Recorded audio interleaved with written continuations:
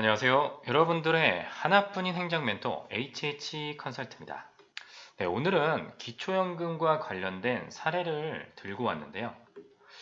기초연금을 이제 받으실 예정인 어머니 이름으로 소형 아파트를 구입하려고 하는 A씨가 있습니다. 자, 여러분들 기초연금 누가 받는지 알고 계시나요?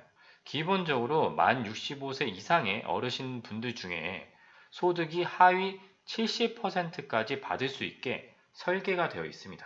그렇기 때문에 고소득자가 아니라면 사실 기초연금을 받는 데는 문제가 없지만, 물론 그 외에 국민연금 감액이라든지 몇 가지 이슈가 있는데, 지금 이분 같은 경우에는 재산이 늘어나는데 기초연금은 상관이 없냐? 자, 그럼 이거에 대해서 한번 함께 살펴보도록 하겠습니다.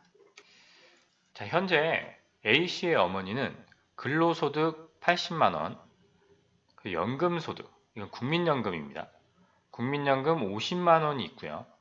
그리고 예적금으로 인한 이자소득 150만원 정도, 그리고 소형 아파트를 보유해서 1억 원대의 아파트가 있다고 하는데, 여기에 고향에도 토지가 있다고 하십니다. 그런데 아까 전에도 말씀드렸다시피 하위 70%는 지급이 되는 기초연금이기 때문에 사실상 이 정도 소득과 재산일 경우에는 그렇게 걱정할 필요는 없다고 보여지거든요. 그럼에도 불구하고 뭐 걱정스럽다고 하시니까 이 부분에 대해서 한번 살펴보도록 하겠습니다. 자, 여러분, 기초연금은 2024년 기준으로 해서 소득 인정액이 이 금액보다 이하인 사람이 받을 수 있는 겁니다. 즉, 이걸 초과하면 소득이 70% 이상이 된다, 초과된다고 말씀을 드릴 수 있겠습니다. 자, 그런데 이 소득 인정액이라는 것은 소득을 평가한 금액과 재산을 소득으로 환산한 금액을 합친 금액이거든요. 그렇기 때문에 재산이 소득으로 들어가게 되어 있습니다. 자, 지금 A씨 같은 경우에는 어머니의 재산이 늘어나는 걸 걱정을 하고 있죠. 왜냐하면 어머니 이름으로 구입을 할 거니까. 자, 그러면 소득평가액은 이런 산식을 통해서 결정이 되고, 재산은 이런 산식을 통해 결정이 된다는 걸 알 수 있는데요. 자, 이것만 보고서는 조금 어려우실 수 있습니다. 하지만 같이 계산을 해보면 전혀 어렵지 않고, 일단 기본적으로 어느 정도 수준까지 기초연금이 지급이 되는지 오늘 계산을 해보시면 알게 되실 거예요. 자, 지금 근로소득이 있고 연금소득, 국민연금소득이 있고 이자소득이 있는데, 이 소득이 어떻게 평가되느냐를 알려주는 게 소득평가액 산정 방식인데요. 근로소득 같은 경우에는 여길 보시면 잘 나와 있습니다. 여기서 주목해야 할 점은 기본공제가 110만 원 있다는 점이고, 공제를 하고서도 30%를 추가로 공제해주는 적용률이 0.7%라는 것을 알 수 있습니다. 즉 110만 원을 넘지 않는 근로소득이 있다면 이 소득은 이제 0원이 되는 거라고 할 수 있죠. 자, 그러면 A씨의 어머니는 근로소득은 0원이 되었습니다. 그러면 이 다음에 연금소득을 봐야겠죠. 물론 이제 110만 원을 넘으시더라도 남은 금액의 0.7을 곱한 금액이 근로소득 금액이라고 아시면 되겠습니다. 자, 여기서 연금소득이라고 말씀을 드려서 헷갈리실 수 있는데, 사실 기초연금에서는 이 국민연금은 연금소득이 아니고 공적이전소득에 들어갑니다. 공적이전소득은 전월소득을 기준으로 하는데요.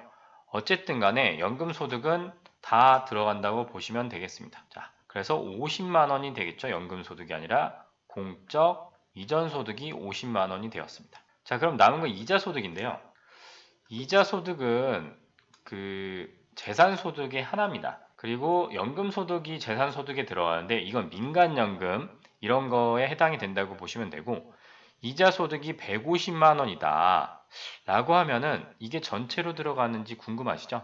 그건 아닙니다. 기본적으로 이 소득을 월소득을 환산하기 때문에 12개월로 나눕니다. 그런데 나누기 전에 이 이자소득은 월 4만 원의 공제가 있거든요. 그러니까 만약에 3년의 적금을 넣었다고 하면 이 공제가 36개월을 적용을 하게 되는 겁니다. 그런데 1년이라고 하겠습니다. 1년은 이제 12개월이기 때문에 48만 원 정도의 공제 금액을 빼고 이제 나머지 금액을 12개월로 나누면 되는데요. 그럼 어떻게 될까요? 한 9만 원이 안 되는 돈이 나옵니다. 왜냐하면 150만 원에서 한 50만 원 뺐으니까 100만 원을 12로 나눴을 때 8만 얼마 나오겠죠. 그러면은 이 두 개를 합치면 일단 소득 평가액은 60만 원이 안 됩니다. 60만 원이 안 되죠. 58만 원 정도가 나왔습니다. 자, 단독 가구라고 했을 때 213만 원의 소득 인정액이 기초연금 지급 기준입니다. 그러면 약 150만 원 정도가 남았다는 걸 알 수 있죠. 자, 그러면 우리가 여기서 재산을 얼마나 가지고 있을 때 기초연금이 안 나올지를 한번 예상을 해볼 수 있습니다. 자, 여기에 추가적으로 적자면 이 아파트 외에 토지가 있습니다. 토지. 그런데 이 1억 원대 아파트라고 하는 게 이제 이게 그냥 시가 매매가로 얘기를 한 것 같은데요. 우리가 재산을 소득으로 바꿀 때는 기준은 이 시가 표준액을 씁니다. 시가 표준액. 이게 뭐냐? 이제 공시지가라고 들어보셨죠?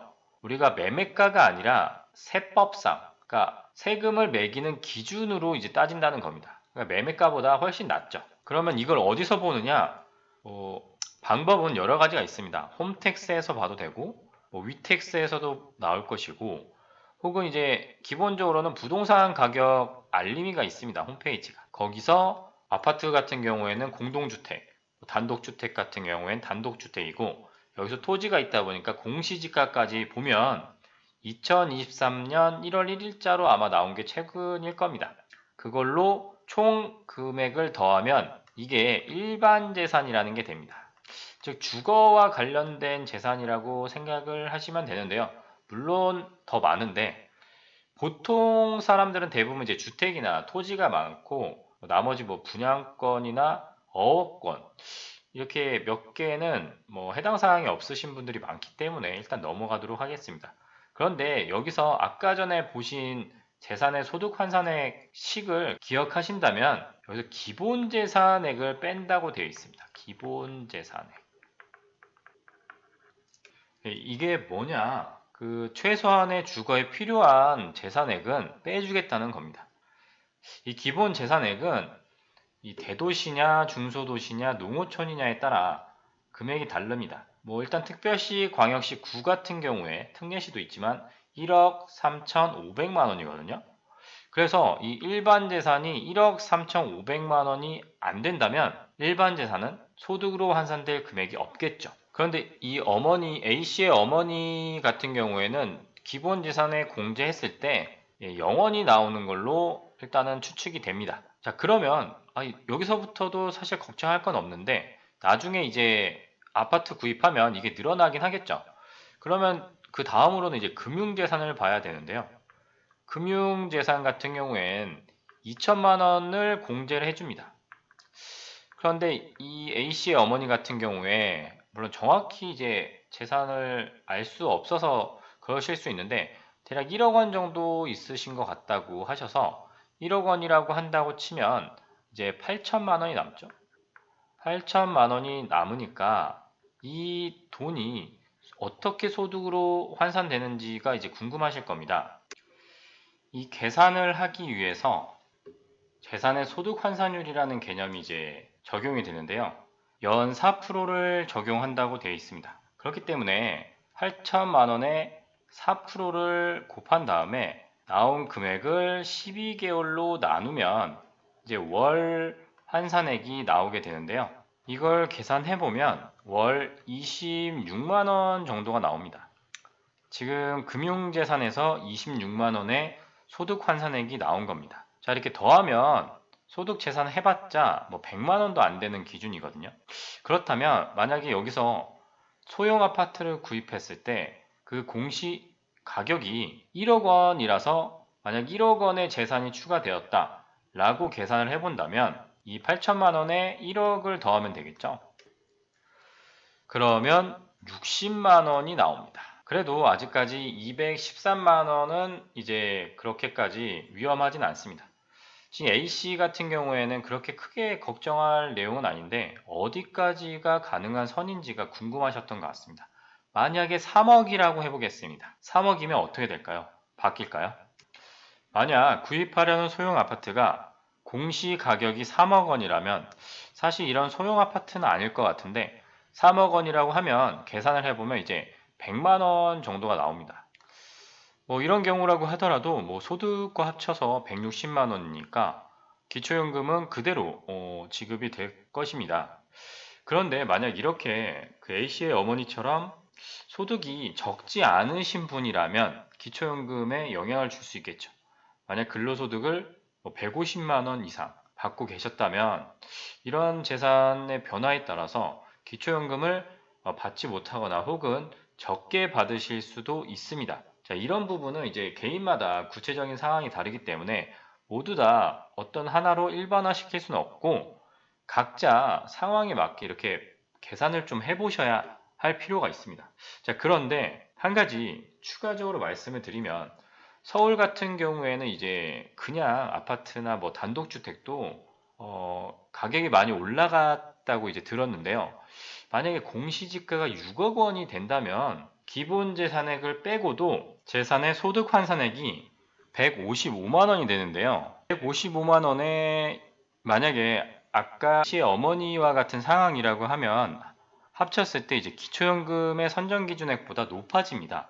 215만 원이면 213만 원보다 조금 높아서 탈락이죠. 자, 우리가 생각하는 소득 기준 하위 70%가 재산이 많을 때는 또 소득이 적어도 적용이 될 수 있다는 점을 알 수 있는 것입니다. 자, 지금까지 A씨의 걱정거리를 함께 살펴보셨는데요. 언젠가는 뭐 해당이 될 수 있는 내용이기 때문에 조금이라도 알고 계시면 어딘가에는 도움이 되고 누군가에게는 도움을 줄 수 있는 내용이라고 생각합니다. 자, 그럼 조금이라도 도움이 되셨다면 좋아요와 구독 부탁드리고요. 저는 다음에 또 찾아뵙도록 하겠습니다.